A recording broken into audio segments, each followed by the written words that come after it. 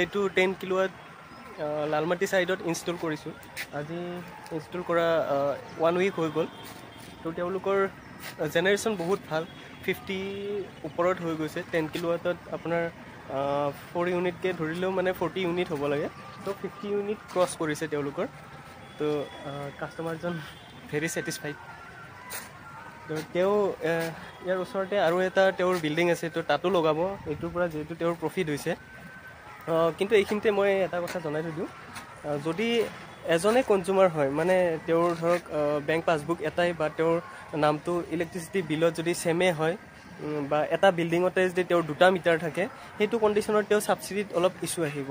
গতিকে দুটা holding number থাকিলে আৰু যদি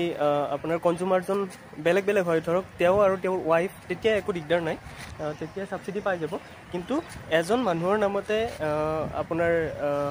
তেওঁৰ একাউণ্টত মানে ছাবচিডিটো নোসোমাব যদি তেওঁৰ বেলেগ বেলেগ বিল্ডিঙো হয় এজন মানুহৰ নামত নোসোমাব দুটা বিল্ডিং হ'লে দুটা হোল্ডিং নাম্বাৰ থাকে এটা বিল্ডিঙতো দুটা হোল্ডিং নাম্বাৰ থাকে তেতিয়া পাব আৰু কিন্তু মানে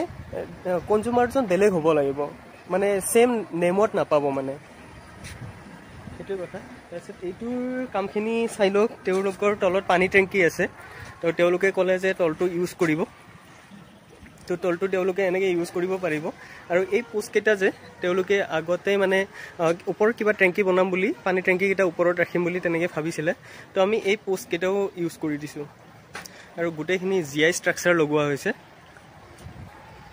এনেকৈ আৰু পেনেলখিনি যদি চাই এইখিনি বাইফেচিয়েল পেনেল লগোৱা হৈছে আৰু যদি এনেকুৱা ষ্ট্ৰাকচাৰ বনাই পেলাই পেনেল লগোৱা হয় জেনেৰেশ্যনটো বহুত বেছি হয় মানে এনে যদি আমি টিঙত লগাওঁ তেতিয়াহ'লে